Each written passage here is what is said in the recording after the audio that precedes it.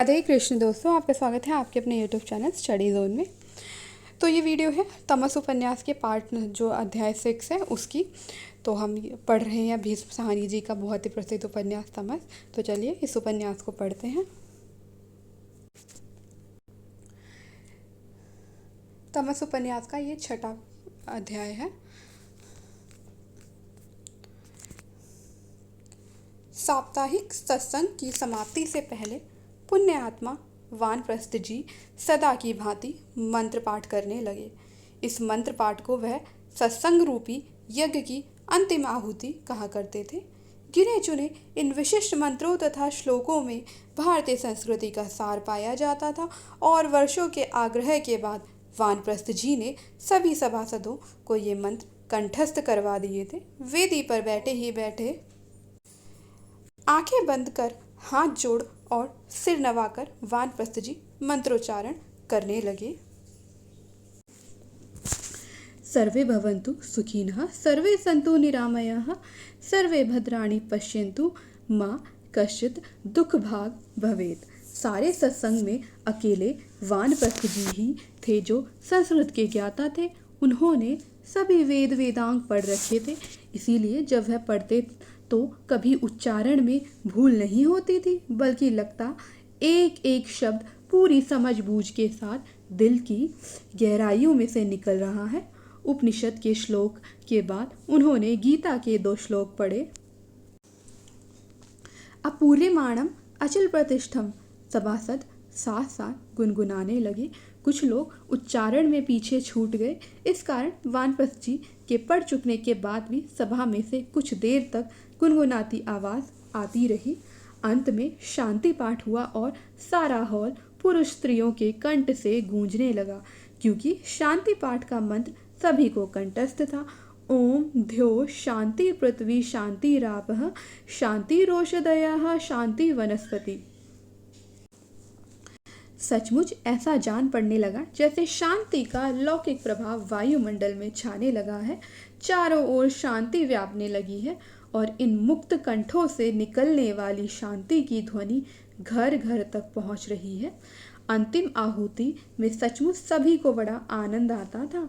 मंत्रोच्चारण के बाद एक प्रार्थना का गीत गाया जाता और उसमें भी समस्त चर अचर जगत के सुख की कामना की जाती। ताली बजा बजाकर वानप्रस्थ जी गा रहे थे। सब पर दया करो भगवान, सब पर कृपा करो भगवान। पुण्य आत्मा जी के आग्रह पर सत्संग में परंपरागत आरती का गायन बहुत कम कर दिया गया था, क्योंकि उसमें मैं मूर्ख खलकामी जैसे शब्दों का प्रयोग किया गया था जो वानप्रस्थ जी के विचार अनुसार हीन भावना पैदा करते थे। उसी तरह किन्हीं खन्ना जी का लिखा हुआ वह गीत भी निकाल दिया गया था जिसमें हम सभी पुत कपुत तेरे की चर्चा की गई थी, जो वानप्रस्थ जी को मंजूर नहीं था। अंतिम आहुति समाप्त हुई। इसके बाद सभा को विसर्जित हो जाना चाहिए था, परंतु सभासद बैठे रहे, क्योंकि मंत्री जी को कोई ज़रूरी सूचना देनी थी। मंत्री जी उठे, पर उठकर उन्होंने केवल इतना ही कहा कि सभा विसर्जन के बाद अंतरंग सभा के सदस्य कृपया बैठे रहें। एक ज़रूरी विषय पर विचार करना है। इस ज़रूरी विषय के बारे में भी सभासदों को खटका पहले से था। वानप्रस्थ जी के भाषण में भी बार बार इस विषय का संकेत मिलता रहा था। यहाँ तक कि प्रवचन देते समय वानप्रस्थ जी स्वयं अत्यधिक विचलित और भावोद्वेलित हो उठे थे। उनका चेहरा तमतमाने लगा था और होठ भड़बड़ाने लगे थे, विशेष रूप से जब उन्होंने आवाज़ ऊंची उठाकर मर्मवेदी आवाज़ में ये पंक्तियां पढ़ी थीं। फैलाए घोर पाप यहाँ मुसलमीन ने, नियमत फलक ने छीन ली दौलत ज़मीन ने। इसीलिए सभी लोग जानते थे कि अंतरंग सभा किस विषय पर विचार करने जा रही है। मंत्री जी की सूचना के बाद लोग उठने लगे। सभा विसर्जित होने लगी। लोग मंदिर के 7 दरवाज़ों में से निकल कर बरामदे में अपना अपना जूता खोजकर पहनने लगे। कुछ लोग मंदिर में प्रवेश करते समय जानबूझकर दाएं पैर का जूता एक दरवाजे के सामने और बाएं पैर का जूता तीसरे या चौथे दरवाजे के सामने छोड़ देते थे, ताकि सत्संग के बाद जूतों का पुनः मिल जाना सुनिश्चित हो सके। इसीलिए बरामदे में थोड़ी देर के लिए भीड़ सी बनी रही। यूं भी सभा विसर्जन के बाद 2-2, 4-4 आदमी बरामदे में खड़े बतियाते रहा करते थे और आज तो शहर की स्थिति थी, चर्चा हर एक की जबान पर थी। वानप्रस्थ जी अपने मर्मस्पर्शी भाषण के बाद अभी भी वेदी पर ही बैठे थे। वह अभी भी उत्तेजित जान पड़ रहे थे और उनका चेहरा दमक रहा था। तभी आंगन में से कुछ लोग मंदिर के अंदर आते दिखाई दिए। बरामदे में खड़े छिटपुट लोग उन्हें पहचान गए। वे शहर की अन्य हिंदू धार्मिक संस्थाओं के गण्यमान्य अधिकारी थे। उनके पीछे 5-7 सिख सज्जन भी अंदर आते दिखाई दिए। वे स्थानीय बड़े गुरुद्वारे में से आए थे। इन्हें भी अंतरंग सभा की बैठक में भाग लेने के लिए न्योता दिया गया था। अंतरंग सभा की बैठक शुरू हुई। मंत्री जी ने दुबले पतले किंतु बड़े जोशीले सज्जन थे। नगर की बिगड़ती स्थिति का ब्यौरा दिया। कुछ उड़ती अफवाहों की भी चर्चा की। मस्जिद के सामने पाई गई सुअर की लाश का भी जिक्र किया। यह भी बताया कि जामा मस्जिद में लाठियां, भाले और तरह तरह का असला बहुत दिनों से इकट्ठा किया जा रहा है। नगर की स्थिति का ब्यौरा देने के बाद मंत्री जी ने विषय पर गंभीरता से विचार करने और अपने अपने सुझाव पेश करने का अनुरोध किया। यहाँ पर बैठना उचित नहीं है। आवाज़ वानप्रस्थी जी की थी, जो वेदी पर बैठे अपना हाथ उठाकर बड़ी गंभीरता से कह रहे थे, इस विषय पर किसी दूसरी जगह बैठकर विचार करना चाहिए। और वानप्रस्थी जी वेदी पर से उतर आए और मंदिर के पिछवाड़े की ओर हो लिए। अंतरंग सभा के सभी सदस्य भी उनके पीछे पीछे जाने लगे। मंदिर के पिछवाड़े से सीढ़ियां चढ़कर वानप्रस्थी जी सभी को एक छोटे से कमरे में ले गए, जहां मंदिर का साज सामान रखा रहता था और कुछ एक कुर्सियां और बेंच रखे रहते थे। सभी लोगों के बैठ जाने पर पुण्य आत्मा जी धीर गंभीर आवाज़ में बोले, सबसे पहले अपनी रक्षा का प्रबंध किया जाना चाहिए। सभी सदस्य अपने अपने घर में एक एक कनस्तर कड़वे तेल का रखें, एक एक बोरी कच्चा या पक्का कोयला रखें। उबलता तेल शत्रु पर डाला जा सकता है। जलते अंगारे छत पर से फेंके जा सकते हैं। सदस्य ध्यान से सुनते रहे। बात दो टूक थी, लेकिन वानप्रस्थी जी के मुंह से सुनते हुए कुछ लोगों को तनिक झेप हुई। अधिकांश सदस्य व्यापारी लोग थे और बड़ी उम्र के थे। कुछ नौकरी पेशा थे, 2-1 वकील थे। चिंतित तो सभी थे, लेकिन वानप्रस्थी जी की तरह उत्तेजित नहीं थे। उन्हें अभी तक पूरी तरह से विश्वास नहीं हो पाया था कि शहर की स्थिति यहाँ तक बिगड़ चुकी है कि घरों में तेल के कनस्तर रखने की नौबत आ गई है। वे अभी भी समझते थे कि छोटी मोटी घटनाओं के बाद सरकार स्थिति पर काबू पा लेगी, शरारत को दबा देगी और फसाद नहीं होने देगी। इस पर एक सज्जन ने मंत्री जी से पूछा, युवक समाज का काम ठंडा पड़ा हुआ है। देवव्रत जी को आपने और कामों में लगा रखा है। मैं समझता हूँ युवकों को लाठी सिखाने का काम फौरन शुरू कर देना चाहिए। 200 लाठियाँ आज ही मंगवाकर बांट दी जाए। इस पर सभा के दानवीर प्रधान जी, जो शहर के जाने माने व्यापारियों में से थे, सिर हिलाकर बोले, यह रकम मैं दूंगा। आप आज ही 200 लाठियाँ मंगवाकर युवकों को बांट दें। वाह वाह की आवाज़ सुनाई दी। उपस्थित सज्जनों ने प्रधान जी की उदारता की भूरी भूरी प्रशंसा की। बीच में से एक सदस्य की आवाज़ आई, यही तो हम हिंदुओं में बहुत बड़ी कमज़ोरी है। हम प्यास लगने पर कुआं खुदवाते हैं। आज जब हालत बिगड़ रही है और मुसलमान जामा मस्जिद में अलसा इकट्ठा कर रहे हैं, हम लाठियाँ खरीदने जा रहे हैं। इस पर मंत्री जी छूटते ही बोले, इस विषय पर चर्चा की आवश्यकता नहीं है। युवक समाज पूरी तरह से सक्रिय है और इस और पूरा पूरा ध्यान दिया जा रहा है। स्वयं वानप्रस्थी जी तन मन के साथ इस काम में रुचि ले रहे हैं। पठन पाठन और हवन यज्ञ के अतिरिक्त वानप्रस्थी जी हिंदू संगठन के पुण्य कार्य में बड़ी लगन के साथ काम कर रहे हैं। लेकिन प्रधान जी के सुझाव का मैं स्वागत करता हूँ। उनकी उदारता के ही बल पर हमारे अनेक काम संपन्न हो रहे हैं। हमें अपनी तैयारी में कोई कमी नहीं आने देनी चाहिए। तभी बाहर से आए सज्जनों में से एक वयोवृद्ध सज्जन, जो देर से अपनी छड़ी पर ठुड्डी रखे बैठे थे और जिन्होंने एक एक करके अपनी दोनों टांगें कुर्सी पर चढ़ा ली थी, अपनी पतली तीखी आवाज़ में बोले, भरावो, यह सब ठीक है, पर मैं कहूँगा डिप्टी कमिश्नर के पास जाओ, डिप्टी कमिश्नर से मिलो, पानी भी ना पियो और डिप्टी कमिश्नर से मिलो। यह बखेड़ा यहाँ ख़त्म होने वाला नहीं है। उससे मिलो और उसे समझाओ कि हिंदुओं के जान माल को बहुत खतरा है। डिप्टी कमिश्नर के पास जाना आवश्यक है ज़रूर, लेकिन लाला जी, अपनी रक्षा तो अपने हाथों होगी। वानप्रस्थी जी ने कहा, ओ महाराज, बच्चों को लाठी चलाना ज़रूर सिखाओ, नेजा और तलवार चलाना भी सिखाओ। सूरमा बन जाएंगे हमारे बेटे। पर सबसे पहले डिप्टी कमिश्नर से मिलो, उससे कहो कि शहर में फसाद नहीं होने दे। डिप्टी कमिश्नर का बड़ा दबदबा है, वे चाहे तो चिड़ी नहीं फड़क सकती। आज इतवार है, डिप्टी कमिश्नर नहीं मिलेगा, मंत्री जी ने कहा। मैं कहता हूँ घर पर जाकर मिलो, यही वक्त है। यहीं से कुछ लोग उठकर सीधे डिप्टी कमिश्नर से मिलने चले जाओ। इस पर एक सिख सज्जन ने सूचना देते हुए कहा, मैंने सुना है एक फव्द पहले से डिप्टी कमिश्नर से मिलने चला गया है। कौन लोग हैं उसमें? उसमें कुछ कांग्रेसी हैं, कुछ लीगी हैं और कुछ शहर के और लोग हैं। थोड़ी देर तक चुप्पी छाई रही। वह फव्द क्या करेगा? हिंदुओं सिखों को अलग से जाकर मिलना चाहिए।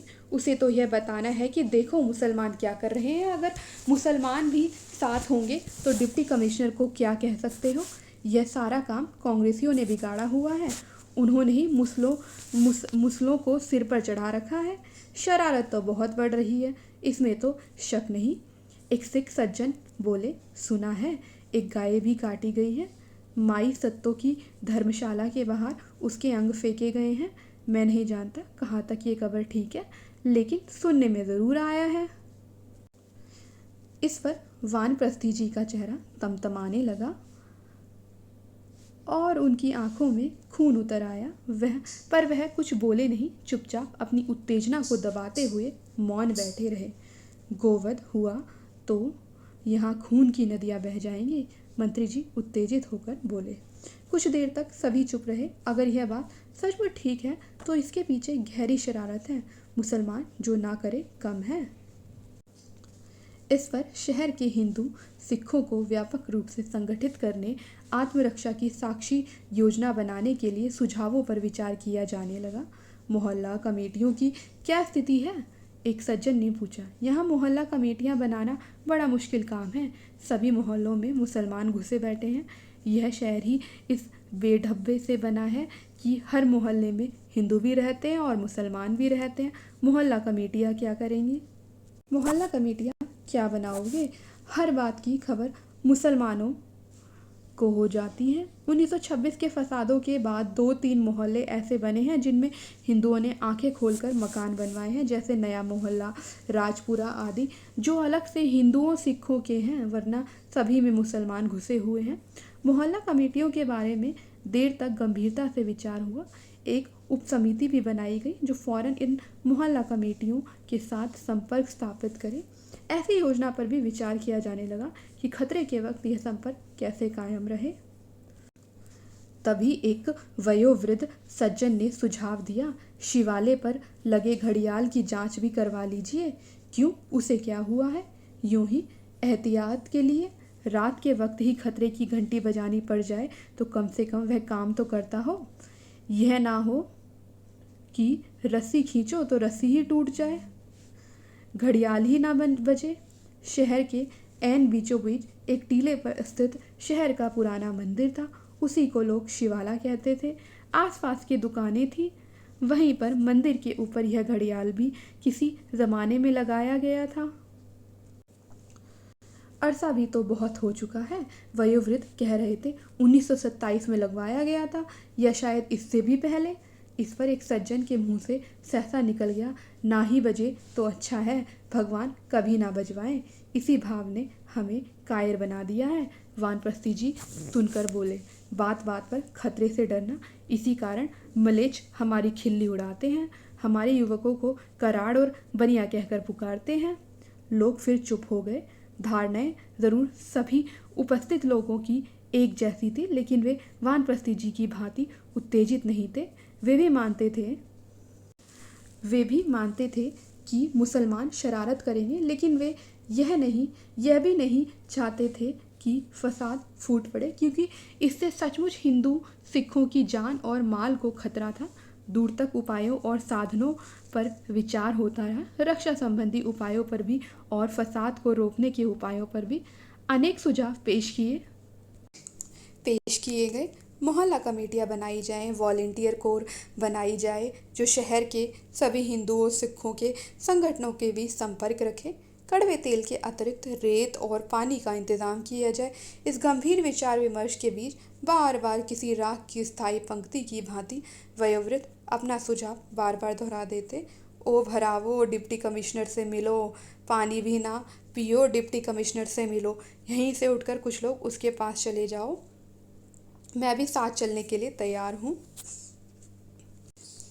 अंत में यही तय पाया कि मंत्री जी पीछे रुक जाएं।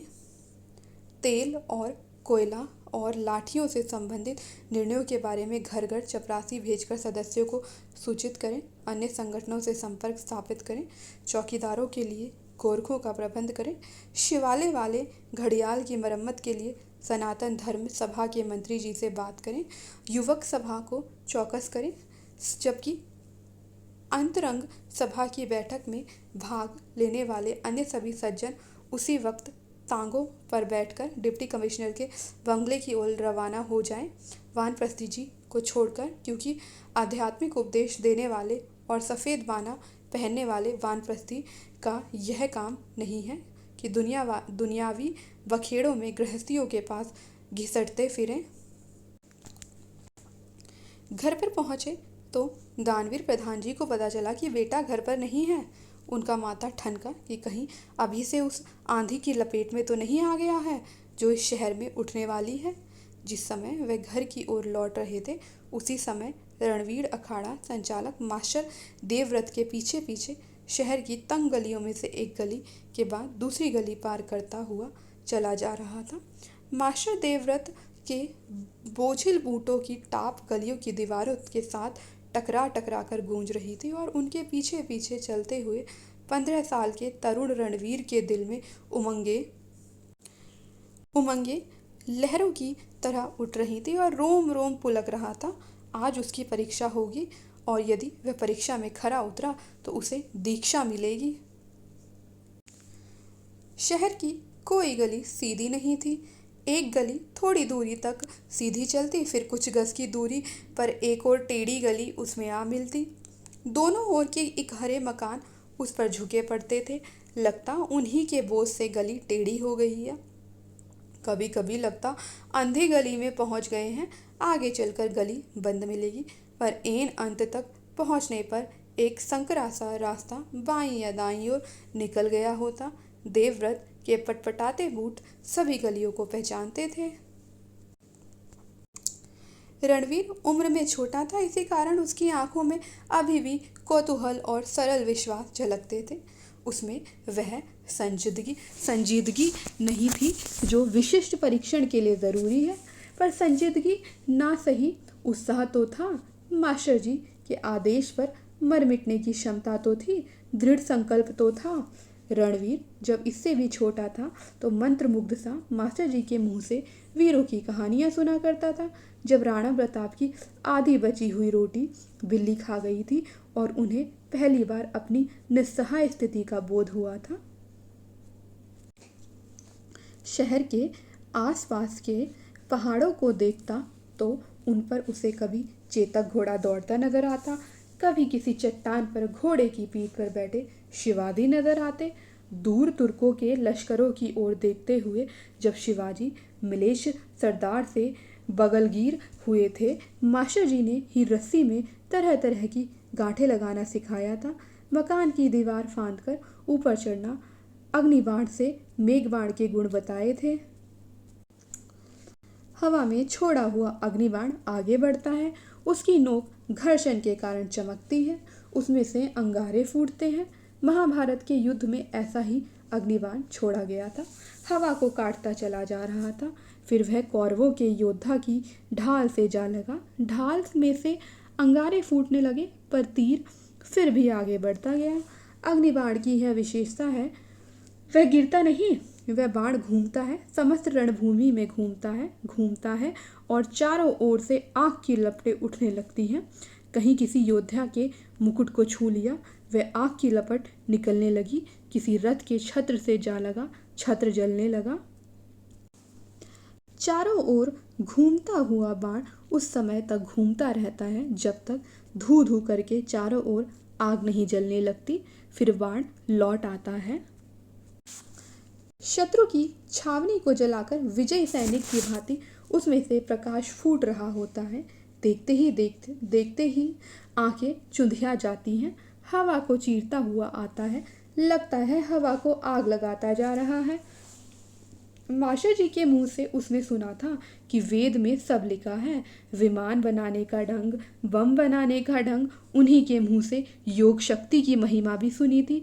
जिस मनुष्य में योग शक्ति है वह सब कुछ कर सकता है। हिमालय की तलहटी पर एक योगी रात योग साधना कर रहे थे, उन्हें सिद्धि प्राप्त थी।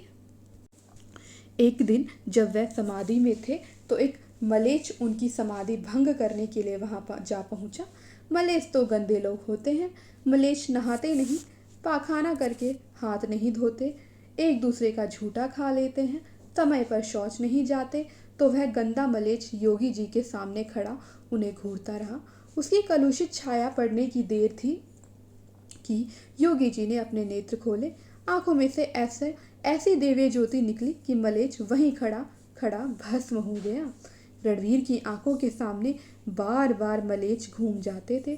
पड़ोस में सड़क के किनारे बैठा मोची मलेच्छ है, घर के सामने टांगा हाँकने वाला गाड़ीवान मलेच्छ है, मेरी ही कक्षा में पढ़ने वाला हामिद मलेच्छ है, गली में मंजीफा मांगने वाला फकीर मलेच्छ है, पड़ोस में रहने वाला परिवार मलेच्छों का है। वैसा ही कोई मलेच्छ योगी राज की साधना भंग करने हिमालय पर जा पहुंचा होगा।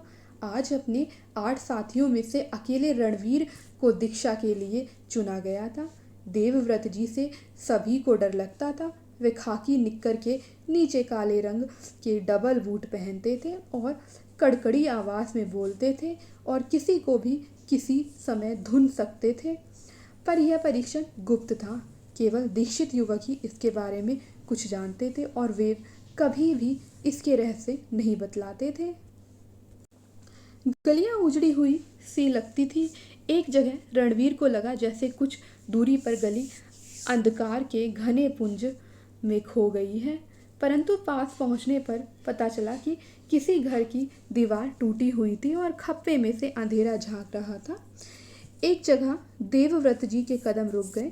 रणवीर का दिल अभी भी उत्साह और उमंग से बल्लियों उछल रहा था। हालांकि इस निर्जन गली में पहुंचकर वह कुछ सहम सा गया था। लंबी दीवार में एक धूसर सा दरवाजा था, भिड़ा हुआ था। मास्टर जी ने हाथ बढ़ाकर दरवाजे को धकेल कर खोल दिया। सामने एक चौड़ा सा आंगन था जिसके पार एक कोठरी के दरवाजे पर टाट का पर्दा लटक रहा था। आंगन में बाईं ओर ईंटों पत्थरों का ढेर लगा था। रणवीर को यह जगह बड़ी बीहड़ सी लगी। आंगन पार करके मास्टर जी ने कोठरी के दरवाजों को थपथपाया। अंदर कोई खंखारा, फिर किसी के कदमों की आहट सुनाई दी। मैं हूँ देवव्रत। दरवाजा खुला।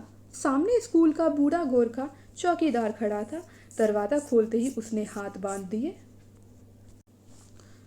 कोठरी के अंदर अंधेरा था। उसमें एक और खाट बिछी थी और उस पर मैली सी दरी बिछी थी। दाईं ओर दीवार के सहारे एक लाठी रखी थी। पास ही एक चिलम उल्टी रखी थी। दीवार में खूंटी से चौकीदार का खाकी रंग का लंबा गरम कोट टंगा था और उसी के ऊपर उसी खूंटी के सहारे काले रंग की म्यान में बंद कीरच लटक रही थी। इतने में बाईं ओर से मुर्गियों के कुड़कुड़ाने की आवाज़ आई। रणवीर ने गर्दन घुमाकर देखा। एक बड़ी सी टोकरी में 5-6 सफ़ेद रंग की मुर्गियां बंद थी। रणवीर को बाजू से पकड़कर मास्टर जी पिछले आंगन में ले आए। यह आंगन छोटा था और दूसरी ओर साथ वाले मकान की ऊंची दीवार खड़ी थी। गोरखा एक हाथ में एक मुर्गी उठाए, दूसरे हाथ में छुरा लिए उनके पीछे पीछे चला आया। इधर दीवार के पास बैठ जाओ रणवीर और इस मुर्गी को काटो। दीक्षा से पहले तुम्हें अपनी मानसिक दृढ़ता का परिचय देना होगा। उन्होंने रणवीर को बाजू से पकड़ा और उसे आगे ले गए। आर्य युवकों के लिए मनसा वाचा कर्मणा तीनों प्रकार की दृढ़ता की ज़रूरत है। छुरी हाथ में लो और उधर बैठ जाओ। रणवीर को लगा जैसे सहसा चारों ओर भयानक चुप्पी छा गई है। भयानक सन्नाटा। दाईं ओर टूटी ईंटों का ढेर था जिस पर जगह जगह मुर्गियों के पंख बिखरे पड़े थे। ढेर के पास नीचे पत्थर की एक सिल थी जो मुर्गियों के खून से काली पड़ गई थी। इधर बैठ जाओ। मुर्गी का एक पैर अपने दाएं पैर के नीचे दबा लो। रणवीर के हाथ में छुरा देते हुए उन्होंने मुर्गी के दोनों पंख पकड़कर एक दूसरे में खोस दिए। एक पंख के नीचे दूसरा पंख खोसा, फिर ऊपर वाले पंख को मरोड़कर पहले पंख के नीचे दे दिया। मुर्गी ज़ोर से कुड़कुड़ाई पर पंख बन जाने से उसका फड़फड़ाना बंद हो गया। लो पकड़ो, मास्टर जी ने कहा और रणवीर के पास बैठ के अब चलाओ छुरी। पर रणवीर के माथे पर पसीना आ गया और उसका चेहरा बुरी तरह से पीला पड़ गया। मास्टर जी समझ गए कि उसे मतली आने वाली है। रणवीर, उन्होंने चिल्लाकर कहा और एक सीधा थप्पड़ उसके गाल पर दे मारा। रणवीर दोहरा होकर ज़मीन पर आ गिरा। उसका सिर बुरी तरह से चकरा रहा था। गोरखा अभी भी उसके पीछे खड़ा था। रणवीर को रुलाई आ रही थी और वह बुरी तरह से व्याकुल हो उठा था, लेकिन थप्पड़ खाने से उसकी मतली बहुत कुछ जाती रही थी। उठो रणवीर, मास्टर जी ने डपट कर कहा। रणवीर उठा और बोझिल त्रस्त आंखों से मास्टर जी की ओर देखने लगा। इसमें कुछ भी मुश्किल नहीं है, लो मैं तुम्हें दिखाता हूँ। और उन्होंने मुर्गी का पैर अपने दाएं बूट के नीचे दबाया। मुर्गी की आंखें पहले से मुंदने लगी थी। मास्टर जी ने उसका गला अपने दाएं हाथ में लिया और छुरी को केवल एक ही बार उसके गले पर फेर दिया। खून की धार फूट पड़ी। कुछ बूंदें मास्टर जी के बाएं हाथ पर भी पड़ी, पर मास्टर जी ने मुर्गी को छोड़ा नहीं। मुर्गी का सिर तो अलग होकर उनके बूट के पास ही पड़ा था, लेकिन मास्टर जी बाएं हाथ से उसकी गर्दन की नली को नीचे की ओर दबाए रहे। सफ़ेद सी नली बाहर आने के लिए उछल रही थी, जिसे मास्टर जी अपने बाएं हाथ के अंगूठे से दबाए हुए थे। मुर्गी का सारा शरीर कांप रहा था। मास्टर जी ज़ोर से नली को दबाए रहे और कुछ ही देर के बाद मुर्गी का बदन स्थिर हो गया और खून से सने मुट्ठी भर पंख रणवीर के सामने पड़े रह गए। मास्टर जी ने मुर्गी को एक ओर फेंक दिया और उठकर खड़े हो गए। अंदर से एक और मुर्गी ले आओ, उन्होंने गोरखा से कहा। तभी उन्होंने देखा कि रणवीर ने वहीं बैठे बैठे क्या कर दी है और दोनों हाथों से अपना सिर पकड़े बैठा हाँफ रहा है। मास्टर जी का मन हुआ कि एक थप्पड़ रसीद कर दे, पर चुप खड़े रहे। थोड़ी देर तक चुपचाप खड़े रहने के बाद धीमी आवाज़ में बोले, एक और अवसर तुम्हें दिया जाता है। जो युवक एक मुर्गी को नहीं मार सकता वह शत्रु को कैसे मार सकता है। थोड़ी देर तक हाँफते रहने के बाद रणवीर थोड़ा हल्का महसूस करने लगा। पेट में जो अकुलाहट पैदा हुई थी वह धीरे धीरे शांत होने लगी। 5 मिनट तुम्हें और दिए जाते हैं। इस बीच भी अगर तुम इसे नहीं काट पाए तो तुम्हें दीक्षा नहीं दी जाएगी। और मास्टर जी घूमकर कोठरी के अंदर चले गए। 5 मिनट बाद जब देवव्रत जी कोठरी में से निकल कर आए तो एक मुर्गी दीवार के पास छटपटा रही थी और खून की छींटें उड़ रही थे। रणवीर अपना दायां हाथ घुटनों के नीचे दबाए बैठा था, जिसे देखकर मास्टर जी समझ गए कि मुर्गी ने हाथ पर चोंच मारी है और रणवीर केवल उसे जख्मी कर पाया है, उसकी गर्दन पूरी तरह से काट नहीं पाया। रणवीर बड़ी कठिनाई से मुर्गी को दबोच पाया था और जैसे तैसे उसकी हिलती गर्दन पर ही छुरा चला दिया था और फिर खून निकलता देखकर ही रणवीर ने उसे छोड़ दिया था। मुर्गी बार बार जमीन पर से उछल रही थी, एक एक गज ऊंची उछलती और नीचे गिरने पर उसके पंख और भी बिखर से जाते और गर्दन में से रिश्ते खून से जमीन पर एक और चित्ता पड़ जाता और मुर्गी फिर से उछलती और खून की छींटें उड़ने लगती। पर रणवीर परीक्षा में उत्तीर्ण हो गया था।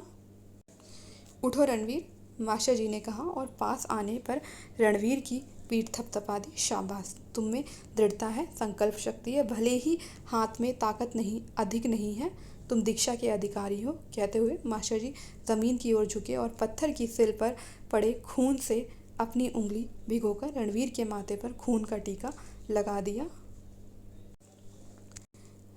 रणवीर अभी भी बेसुध सा खड़ा था, उसका सिर अभी भी चकरा रहा था, लेकिन अर्धचेतन में भी मास्टर जी का वाक्य सुनकर उसे संतोष हुआ। अन्य सभी चीज़ों का प्रबंध कर लिया गया था, पर युवकों को तेल उबालने के लिए बड़ी कढ़ाई नहीं मिल रही थी। खिड़की के दासे पर 3 चाकू, एक छुरा, एक छोटी सी किरपान साथ साथ जोड़कर रख दिए गए थे। कमरे के एक कोने में 10 लाठियां रखी थी, जिनके सिर पर पीतल की मूठ और नीचे मेखें गाड़ दी गई थी। दीवार के साथ एक 3 तीर कमान लटक रहे थे। बोधराज लेटकर बाण चला सकता था, शब्दवेदी बाण चला सकता था, शीशे में अक्स देखकर बाण चला सकता था, लटकती रस्सी को निशाना बना सकता था। बाणों के सिर पर लगाने के लिए वह धातु की तिकोन नोकें बनवा लाया था और अपने साथियों से उनकी संभावनाएं बयान करता रहा था। इसकी नोक पर संख्या रगड़ दें तो यह विषवाण बन जाएगा, इसके आगे मुश्क काफूर लगा दें तो अग्निबाण बन जाए, वहाँ जहाँ चोट करेगा वहीं आग निकलेगी, नीला थोथा लगा दें तो बाण जहाँ लगेगा वहीं उसमें से जहरीली गैस निकलेगी। धर्मदेव कहीं से खाली कारतूसों की पेटी उठा लाया था, उसे भी दीवार पर लटका दिया गया था ताकि सभी ओर से शस्त्रास्त्रों का आभास मिलता रहे। रणवीर ने कमरे के अंदर ही दरवाजे के ऊपर बड़े बड़े अक्षरों में शस्त्रागार शब्द लिख दिया था, पर वानप्रस्थी जी ने तेल के विषय में जो आदेश भेजा था उसे अभी तक कार्यान्वित नहीं किया जा सका था। युवक संघ के सदस्यों में से किसी के भी घर में इतनी बड़ी कढ़ाई नहीं थी जिसमें पूरा एक कनस्तर तेल उबाला जा सके। यूं तेल का कनस्तर मुहैया तो कर लिया गया था, जो एक और दीवार के साथ रखा था। इसके लिए सभी युवकों ने 4-4 आने जमा किए थे और बाकी कुछ पैसे बाद में अदा करने का वचन देकर कनस्तर पंसारी की दुकान से उठा लाए थे। तेल की कढ़ाई मंदिर में भी नहीं थी, जहां आए दिन सहभोज हुआ करते थे। तभी संगठन के नायक बोधराज को एक विचार सूझा। कढ़ाई हलवाई की दुकान पर से लाई जा सकती है, पर उसकी दुकान पर ताला चढ़ा है। हलवाई रहता कहाँ पर है? नए मोहल्ले में रहता है। किसी ने उसका घर देखा है? बोधराज ने स्वयं देखा था, लेकिन वह नायक की हैसियत से इस समय यह छोटा काम अपने ऊपर नहीं लेना चाहता था। तभी रणवीर ने आगे बढ़कर कहा, दुकान का ताला तोड़ दो। युवकों के बदन में झुरझुरी हुई, परंतु सुझाव समय के अनुकूल था। नायक कुछ देर तक छत की ओर ताकता खड़ा रहा। गुट का संचालन बड़ी जिम्मेदारी का काम है। ताला तोड़ते हुए युवक पकड़ा नहीं जाना चाहिए, किसी की नज़र उस पर नहीं पड़नी चाहिए। नायक कमस रीट के बाबू मस्तराम का बेटा था और स्थानीय कॉलेज में फर्स्ट ईयर में पढ़ता था। मंडली में यही एक युवक था जो 2 जेबों वाली फौजी कमीज पहनता था। हाँ, ताला तोड़ दो, मगर यह काम छिपकर करना होगा। कौन ताला तोड़ने जाएगा? मैं जाऊंगा, रणवीर ने आगे बढ़कर कहा। नायक ने रणवीर को सिर से पांव तक देखा और सिर हिला दिया। तुम्हारा कद छोटा है, ताला ऊपर को लगा होगा तो तुम्हारा हाथ भी नहीं पहुंचेगा। नहीं, ताला नीचे लगा है, मैंने देखा है। मैंने कई बार देखा है। रणवीर बहुत बढ़ बढ़ कर बात करता था। नायक को अखरता था, पर लड़का चुस्त भी था, बहुत तेज दौड़ता था, हर काम फुर्ती से करता था। इसमें अनुशासन की कमी थी। नायक मन ही मन जानता था कि रणवीर जैसे भी होगा कढ़ाई ले आएगा, लेकिन वह लापरवाही बरत सकता है, कहीं कोई भूल भी कर सकता है जिससे मंडली के लिए खतरा पैदा हो सकता है। तुम और धर्मदेव दोनों जाओ, नायक ने अपना निर्णय दिया, लेकिन ध्यान रहे किसी को पता ना चल पाए कि तुम ताला तोड़कर कढ़ाई लाए हो, और उस वक्त जाओ जब सड़क खाली हो, और दोनों एक साथ नहीं जाओ, अलग अलग जाओ। चौराहा पार करने पर ही नाले के पार बाईं ओर हलवाई की दुकान थी। दुकान के पीछे ही रणवीर को कुछ हिलता नजर आया। उसे हलवाई की सफ़ेद पगड़ी नजर आई, तो इसका मतलब है हलवाई आ गया है और दुकान खोलने जा रहा है। पर हलवाई वहीं पर दुकान के पीछे डोल रहा था। क्या बात है, हलवाई वहाँ पर खड़ा क्या कर रहा है? क्या यह हलवाई ही है या कोई और आदमी? कोई मलेच्छ उसकी दुकान लूटने तो नहीं चला आया? रणवीर ने ध्यान से देखा, हलवाई ही था, अपनी दुकान का पिछला दरवाज़ा खोल रहा था। सड़क खाली थी। इस समय सड़क यूं भी खाली रहती थी। कोई इक्का दुक्का खोमचे वाला आ जाए तो आ जाए, या कभी इक्का दुक्का तांगा। इस सड़क पर केवल शाम के वक्त ही रौनक होती थी। दोनों युवक बारी बारी से सड़क पार कर गए। तुम उसे बातों में लगा लेना, मैं अंदर से कढ़ाई उठा लाऊंगा, रणवीर ने कहा। इसकी ज़रूरत ही नहीं होगी, वह हमारा हिंदू भाई है, अपने आप दे देगा। मैं उससे कढ़ाई मांगूंगा, तू नहीं मांगना। चल बे चल बौने, तू अपने आप को समझता क्या है? पीछे की ओर से दोनों युवक दुकान की ओर बढ़े। दुकान का दरवाज़ा खुला था, पर हलवाई बाहर नहीं खड़ा था। वह ज़रूर अंदर चला गया होगा। सड़क के किनारे रहते हुए भी दुकान के अंदर अंधेरा था। तेल और घी और मैल से चीकट तख्तों पर मक्खियाँ भिनभिना रही थी। दुकान के अंदर से समोसों की बू आ रही थी। रणवीर ने अंदर से झांक कर देखा, क्या है? अंदर से आवाज़ आई, आज दुकान बंद है। दोनों युवक अंदर दाखिल हो गए। एक ओर को खड़ा हलवाई मैदे का टीन बोरी में उड़ेल रहा था। दरवाजे के बाहर सहसा किसी का चेहरा देखकर ठिठक गया था। आओ आओ, हलवाई ने मुस्कुराकर कहा, आज कुछ भी नहीं बनाया, मैंने सोचा थोड़ी रसद निकालकर घर ले जाऊं। शहर की हवा अच्छी नहीं है बेटा, तुम्हें भी घर बैठना चाहिए, बाहर नहीं घूमना चाहिए। उठा लो वह कढ़ाई, रणवीर ने धर्मदेव को हुक्म दिया। धर्मदेव पिछली दीवार के साथ लगी कढ़ाइयों की ओर बढ़ा। जाति की रक्षा के लिए कढ़ाई ले जाई जा रही है, संकट समाप्त होने पर लौटा दी जाएगी। बात हलवाई के समझ में नहीं आई। क्या बात है, कौन हो तुम? किस लिए कढ़ाई की ज़रूरत पड़ गई? क्या कोई शादी ब्याह है? पर दोनों में से किसी ने कोई जवाब नहीं दिया। बीच वाली कढ़ाई उठा लो, वे सामने रखी है, रणवीर ने फिर कहा। ठहरो ठहरो, बताओ तो क्या बात है, किधर ले जा रहे हो कढ़ाई? बाद में पता चल जाएगा। उठाओ जी कढ़ाई। वाह, ऐसे भी कोई करता है? ना पूछा ना मांगा, अपने आप कढ़ाई उठा ली। पहले बताओ बात क्या है, कौन हो तुम? तभी रणवीर ने अपने कुर्ते की जेब में हाथ डाला और फिर चिल्लाकर बोला, तुम नहीं दोगे कढ़ाई? और वह उछला। पेशतर इसके कि हलवाई कुछ कहे, उसके दाएं गाल पर खून की धार बह रही थी। एक बार उछलने के बाद रणवीर का हाथ फिर कुर्ते की जेब में चला गया। हलवाई दोनों हाथों से चेहरा ढांपे पैरों के बल हाय हाय करता बैठ गया। खून की बूंदें बराबर उसके गाल पर गिर गिर कर फर्श पर पड़ रही थी। इस बात का किसी को पता न चले, वरना कत्ल कर दिए जाओगे। धर्मदेव कढ़ाई उठाए नाला पार कर गया था। रणवीर थोड़ा ठिठक कर उससे थोड़ी दूरी पर आने लगा था। रणवीर सोच रहा था, मारना मुश्किल नहीं है, इसे मैं आसानी से कत्ल कर सकता था। हाथ उठाया और बस। हाँ, लड़ना मुश्किल होता है, वह भी जब अगला आदमी मुकाबला करने के लिए खड़ा हो जाए, पर छुरा घोंपकर मार डालना आसान काम है, इसमें कोई मुश्किल नहीं। घर की ड्योढ़ी में पहुंचकर धर्मदेव रुक गया। तुमने उसे मारा क्यों? रणवीर के पहुंचने पर धर्मदेव ने पूछा। उसने हुज्जतबाजी क्यों की? पर धर्मदेव का गला सूख रहा था और जबान हकला रही थी। अगर किसी ने देख लिया होता तो, अगर हलवाई चिल्लाना शुरू कर देता तो? धर्मदेव ने थूक निगल पाने की व्यर्थ चेष्टा करते हुए कहा। हम किसी से डरते नहीं हैं, कर ले जो करना चाहता है, तुम भी कर लो जो करना चाहते हो, रणवीर ने दबंग आवाज़ में कहा और सीढ़ियाँ चढ़ने लगा। और इसी के साथ ये चैप्टर यहाँ पे ख़त्म होता है। अब हम आपसे मिलते हैं अगली वीडियो में, तब तक के लिए लाइक करें, शेयर करें और हमारे चैनल को सब्सक्राइब करें। Thanks for watching.